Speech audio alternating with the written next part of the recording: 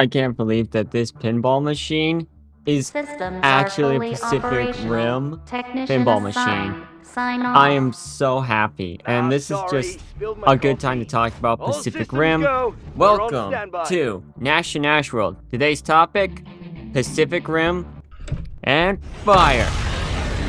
Alright, hello everyone internet, and welcome to Nash and Nash World, our second video part of the channel. We already made an announcement. Dang it! Ball saved. We already made an announcement. You gotta be kidding me. Anyway, we've already made an announcement about it in the last channel, but today's video, I really wanted the second one to be a topic about Pacific Rim. Now, originally, I wanted it to be like a core memory of Pacific Rim, but I thought with this pinball game, and as well as just what's been going on in the fandom of Pacific Rim, I thought this video would be a catch-all about Pacific Rim and what makes Pacific Rim just amazing. Okay, so basically I'm just gonna do this off screen because I was gonna try to like synchronize the audio with me playing it, but unfortunately I was way too locked in with the pinball for Pacific Rim. So let's start off with like the core memory for me when it comes to like Pacific Rim. Actually, before that, so let's start off with the whole Pacific Rim thing. It all started with the gym edit of someone lifting a bar and just transporting it across the gym, and it's supposed to look like Gypsy Danger was carrying the cargo ship to go smack a kaiju with it in Tokyo City, with the song "We're Cool for the Summer" playing by Demi Lovato, which is still a very fun song to listen to. What I love is that actually a funk version came out, which is really cool to listen to as well. But yeah, overall, it's just a really like awesome kind of edit that people did. And then from there, it really spiraled into just the nostalgia of Pacific Rim and what made Pacific Rim such an amazing and fun movie to watch. For me, I know my core memory was the first time watching Pacific Rim. And even before that, now that I think about it, I remember I saw ads for it in New York City because that's when me and my family, we went to New York City around 2012, if I had to guess, or was it 2013? It was the summertime, and we went there for like a week. It was the first time of us going to New York City. It was awesome because I would see like promotional advertisements for either Pacific Rim or World War Z, if I recall correctly at the time. And I don't know why I never really got into Pacific Rim. It was just weird. But anyway, fast travel to the future of fast travel to February 2027. It was around this time is truly when it was awesome. Because this was when I watched Pacific Rim.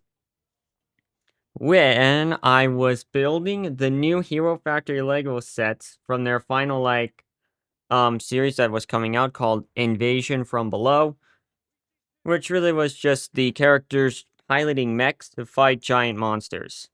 And it was just awesome to watch while constructing these sets and doing like customization and everything in my like workstation. This photo right here is actually when Wave 2 came out in the summertime.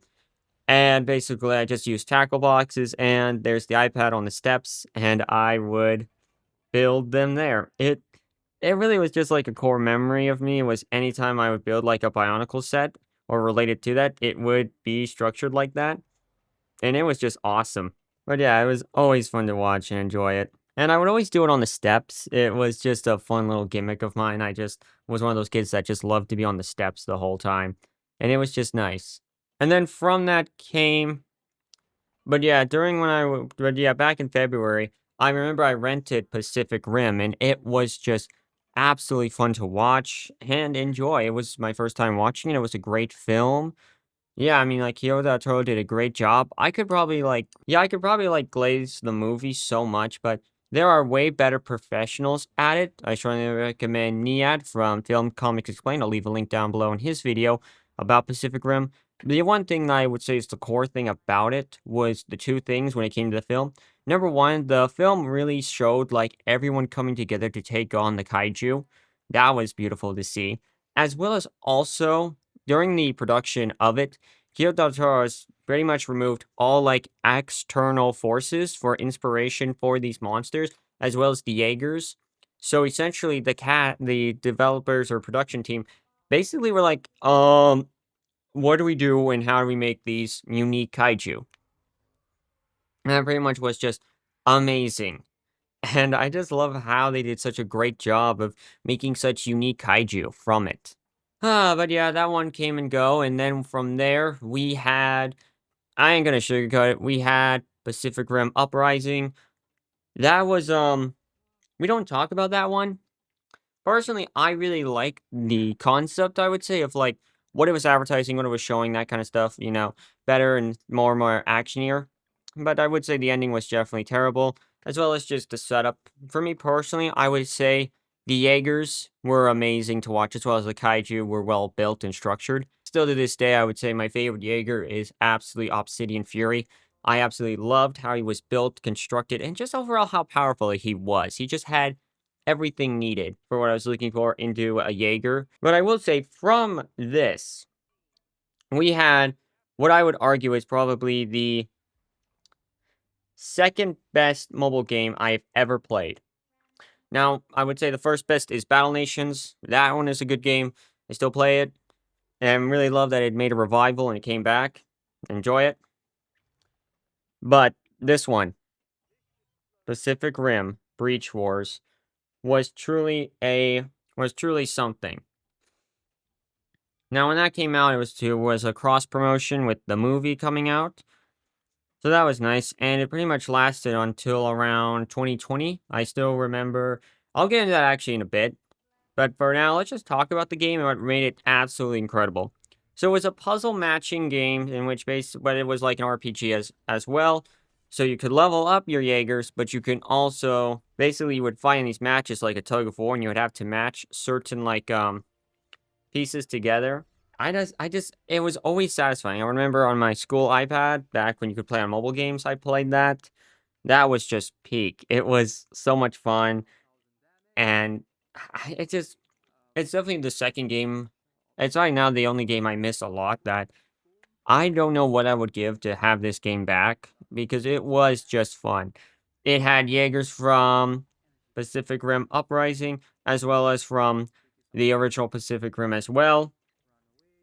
And those were just incredible. You even had Gypsy Danger in both Destroyed and Fully Formed one as well. Even the kaiju from the both films were there. Even some cool kaiju as well. Cool Jaegers that were like concept arts, and they added those in as well. Obsidian Fury, my goat. Even a whole color cast of the corrupted Jaeger kaijus, and that was awesome. And I remember when I got to college and I got a new iPad for school, but it was linked to my school's like account, so I would have all the files and data from high school onto it because I went to a preparatorial school, so that was way more ready for college. It was very helpful. But also that what was saved was Pacific Rim Uprising. And I remember I checked it, I was like, huh, there's like a lot of like stuff here that I got. Nice. I didn't fully read the email. It was because in 2020, around I think August or September, they were shutting down their servers. So as a reward, they gave a bunch of, people who were, hey, if you have an account and stuff, here's a bunch of free stuff. One of those things being Obsidian Fury. It's basically a lot of stuff that you would have to grind for.